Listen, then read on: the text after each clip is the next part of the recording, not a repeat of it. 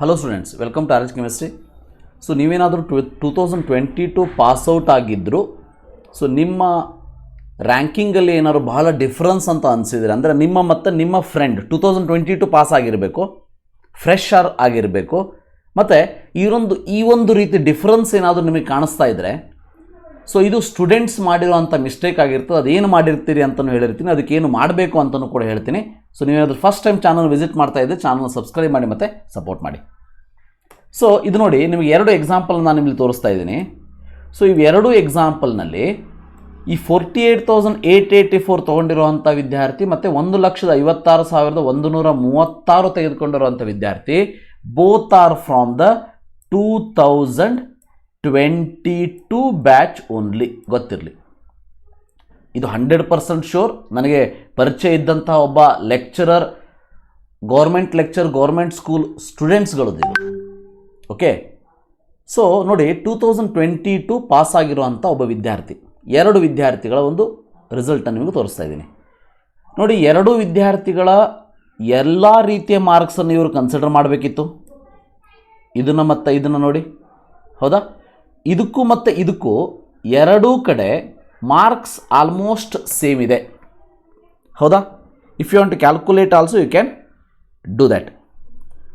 So ಇಂತಹ ಒಂದು ಸಂದರ್ಭದಲ್ಲೂ ಕೂಡ ಇಲ್ಲಿ ನೋಡ್ಬೋದು ನೀವು,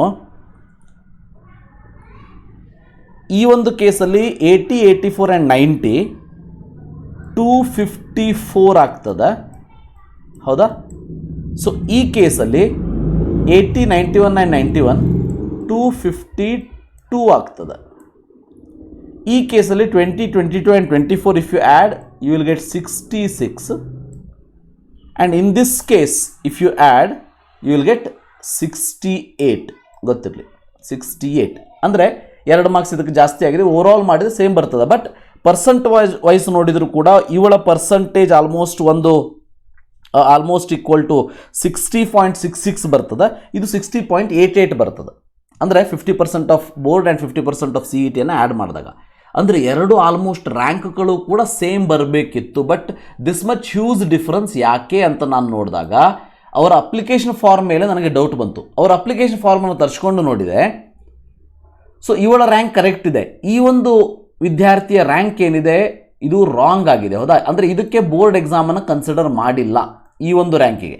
ಯಾಕೆ ಅಂತ ನೋಡಿದಾಗ ಅಪ್ಲಿಕೇಶನ್ ಫಾರ್ಮಲ್ಲಿ ನೋಡಿ, ಇಲ್ಲಿ 2021 ಅಂತ ಹಾಕಿದ್ದಾರೆ. ನೀವು ಕರೆಕ್ಟಾಗಿ ಅಬ್ಸರ್ವ್ ಮಾಡ್ಬೋದು, ತೇರ್ಗಡೆಯಾದ ವರ್ಷ ಏನಿದೆ ಅದು 2021 ಅಂತ ಹಾಕಿದ್ದಾರೆ.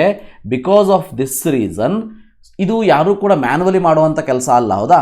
ಸೊ ಇದು ಸಾಫ್ಟ್ವೇರ್ ಮಾಡುವಂಥ ಕೆಲಸ. PU ಬೋರ್ಡಿಂದ ಆಟೋಮೆಟಿಕಲಿ ಮಾರ್ಕ್ಸನ್ನು ತೊಗೊಳ್ತದೆ. ಇದರಲ್ಲಿ ನಿಮ್ಮ ನೇಮ್ ಹೆಚ್ಚು ಕಡಿಮೆ ಇದ್ದರೂ ಕೂಡ ಬರೋದಿಲ್ಲ. ನಿಮ್ಮ ಸ್ಟೂಡೆಂಟ್ ನಂಬರ್, ಇಲ್ಲೇನು ಕ್ಯಾಂಡಿಡೇಟ್ಸ್ SSLC ರಿಜಿಸ್ಟ್ರೇಷನ್ ನಂಬರ್ ಅಂತ ಇದೆ, ಇಲ್ಲಿ ನೋಡಿ PUC ಸ್ಟೂಡೆಂಟ್ ನಂಬರ್ ಏನು ಹೀಗೆ ಕಾಣಿಸ್ತಾ ಇದೆಯಲ್ಲ, ಇದು ರಾಂಗ್ ಇದ್ದರೂ ಕೂಡ ಬರೋದಿಲ್ಲ. ಸೊ ಯಾವುದೋ ಒಂದು ಮಿಸ್ ಮ್ಯಾಚ್ ಇದ್ದರೂ ಕೂಡ it will not be added. ಇಲ್ಲಿ ಏನಾಗಿಬಿಡ್ತು, ದೊಡ್ಡ ಬ್ಲಂಡರ್ ಅಂತಂದರೆ 2021 ಅಂತ ಇರೋದಕ್ಕೆ PU ಬೋರ್ಡ್ ಮಾರ್ಕ್ಸನ್ನು ಸಾಫ್ಟ್ವೇರ್ ಕನ್ಸಿಡರ್ ಮಾಡಲೇ ಇಲ್ಲ. ಈ ಒಂದು ಮತ್ತೊಂದು ವಿದ್ಯಾರ್ಥಿಗೆ PU ಬೋರ್ಡನ್ನು ಕನ್ಸಿಡರ್ ಮಾಡಿಬಿಡ್ತು, ಇದಕ್ಕೆ ಮಾಡಲೇ ಇಲ್ಲ. Because of this reason only this is the marks which they have obtained. ಅಂದರೆ ರ್ಯಾಂಕ್ ಬಂದುಬಿಟ್ಟು 1,56,136 ಆಗಿಬಿಡ್ತು. ನೋಡಿ ವಿದ್ಯಾರ್ಥಿಗಳೇ, ಜೀವನದಲ್ಲಿ ಪದೇ ಪದೇ ನಮಗೆ ಸೆಕೆಂಡ್ ಚಾನ್ಸ್ ಸಿಗೋದಿಲ್ಲ. ಬಟ್ KE ಅವರು, ನಿಮಗೆ ಗೊತ್ತಿದೆ, ನಾನೇ ಎಷ್ಟು ಸಾರಿ ವಿಡಿಯೋ ಮಾಡಿದ್ದೀನಿ, more than 8 to 10 times they have given the opportunity to correct your application form details. ಇಷ್ಟು ಸಾರಿ ಕರೆಕ್ಷನ್ ಮಾಡೋದಕ್ಕೆ ಕೊಟ್ಟಾಗಲೂ ಕೂಡ ನೀವು ಈ ಒಂದು ತಪ್ಪನ್ನು ಕರೆಕ್ಷನ್ ಮಾಡಿಕೊಳ್ಳಿಲ್ಲ ಅಂತಂದರೆ ಇದು ಬಹಳ ದೊಡ್ಡ ಬ್ಲಂಡರ್ ಅಂತಲೇ ಹೇಳ್ಬೋದು. ಸೊ ಎಲ್ಲ ರೀಸನ್ನಿಗೂ ನಾವು, ಎಲ್ಲ ರೀತಿಯ ಒಂದು ಮಿಸ್ಟೇಕ್ಗೂ ನಾವು KE ಅವ್ರನ್ನ ಹೊಣೆ ಮಾಡೋದು ತಪ್ಪು. KE ಅವರು ಈ ಒಂದು ವಿಷಯದಲ್ಲಿ ಕರೆಕ್ಟಾಗಿ ಮಾಡಿದ್ದಾರೆ, ಬಟ್ ಅದರಲ್ಲಿ ವಿದ್ಯಾರ್ಥಿಗೆ ತಪ್ಪಿತ್ತು. ಹಾಗೇನಾದರೂ ಆದರೆ ನೀವೇನು ಮಾಡಬೇಕು ಅಂತ ಅಂದರೆ, ಆಗಿದ್ದಂತೂ ಆಗಿಬಿಟ್ಟಿದೆ ಈಗ, ಹೌದಾ?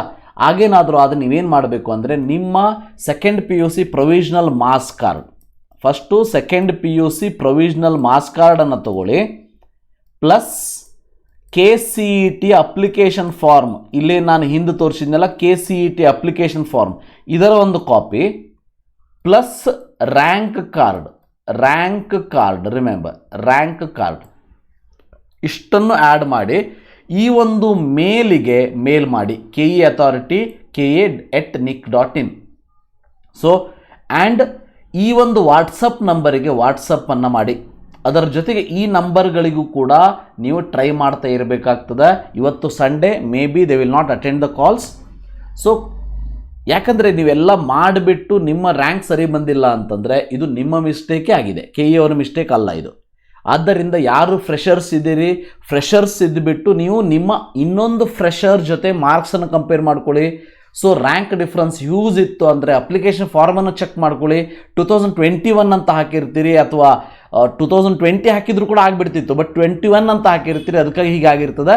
ದಯವಿಟ್ಟು KEAಗೆ ಮೇಲ್ ಮಾಡಿ ಇವನ್ನೆಲ್ಲ ಬರೆದುಬಿಟ್ಟು ಈ ರೀತಿ ಮಿಸ್ಟೇಕ್ ಆಗಿದೆ, ಸಾರಿ ಫಾರ್ ದ ಮಿಸ್ಟೇಕ್, ನಾನು ಈ ರೀತಿ ತಪ್ಪು ಇನ್ನೊಂದ್ಸಲಿ ಮಾಡೋದಿಲ್ಲ, ದಯವಿಟ್ಟು ನನಗೆ ಒರಿಜಿನಲ್ ರ್ಯಾಂಕನ್ನು ಅಸೈನ್ ಮಾಡಿ ಅಂಥೇಳಿ. So second PUC marks card, ಇದರ ಜೊತೆ ಹಾಲ್ ಟಿಕೆಟನ್ನು ಹಾಕಿ. ಹಾಲ್ ಟಿಕೆಟ್ ಯಾಕಂದ್ರೆ ನಂಬರ್ ನೋಡ್ತಾರೆ ಅವರು, ಹಾಲ್ ಟಿಕೆಟ್ ಇಯರ್ ನೋಡ್ತಾರೆ. ಇವನ್ನೆಲ್ಲ ಹಾಕಿ KEAಗೆ ಒಂದು ಮೆಸೇಜ್ ಮಾಡಿ ನೋಡೋಣಂತೆ, ಸರಿಯಾದರೂ ಆಯಿತು. ಸೊ ಇದಿಷ್ಟು ನಿಮ್ಮ ಜೊತೆ ಹಂಚ್ಕೊಳ್ಬೇಕಿತ್ತು.